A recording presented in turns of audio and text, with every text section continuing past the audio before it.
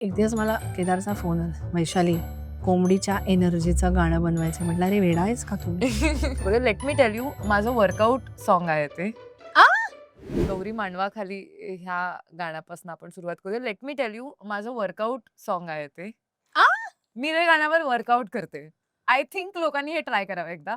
ते गाणं लावा. तुम्हाला जी एनर्जी येईल ना, आय थिंक देवा! Everyone should try definitely. But story. मी मी आता गोरी गौरी माळवाखालीचा म्हण गोरी ग येस. ओके.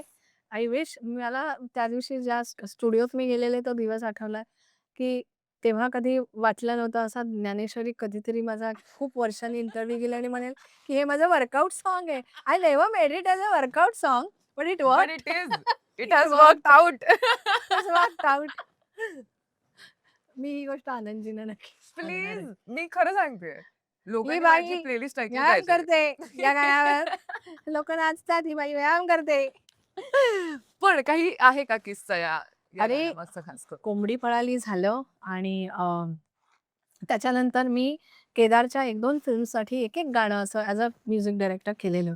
मग एक दिवस मला केदारचा फोन आला, "वैशाली, कोंबडीच्या एनर्जीचं गाणं बनवायचंय." म्हटलं, "अरे वेडा आहेस का तू? नाही तुलाच बनवायचंय." आणि मग माझा जो अभ्यास झाला, जे काही केलं आणि आय वॉज क्लिअर की मला आनंद शिंदे हा आवाज, ही व्यक्ती आणि म्हणजे इतक्या एनर्जीने गाणारा आवाज असून तो तितकाच गोड आहे. एक हम्म. अजीब रसायन आहेत खरंय, आनंदची. खरंय. आणि मला त्यांच्या आवाजाच्या फ्रिक्वेन्सीला स्वतःचा आवाज मॅच करायला खूप आवडतं, खूप आवडतं. So it was a great opportunity for me आणि केदारनी मला एक गोष्ट सांगून ठेवलेली, की असं-असं आहे. त्याच्यात एक गौरी आहे, एक बेंजो आहे आणि I wrote the song first. Folk based गाणं आहे आणि ते मी घाबरत-घाबरत फोनवर केदारला ऐकवलं आणि म्हणाले, "ए मस्त आहे, आपण करूया हे." आणि मग ते घडलं. त्याच्यामध्ये आनंदजी खरंच आले गायला.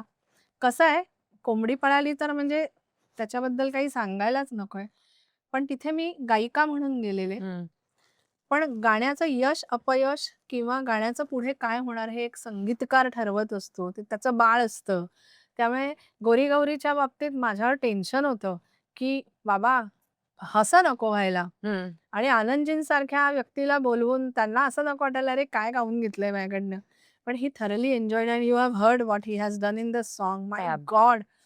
आणि ते नंतर रिलीज झालं. बऱ्याच जणांना हे कदाचित अजून माहीत नाहीये, की ते मी लिहिलंय आणि मी कंपोज केलंय. इन्सेन आहे हे. So I am so happy. Insane. Workout. लोकं हो वर्कआउट. लक्षात ठेवा. रोज प्लीज. सकाळी हे गाणं लावा आणि वर्कआउट करा.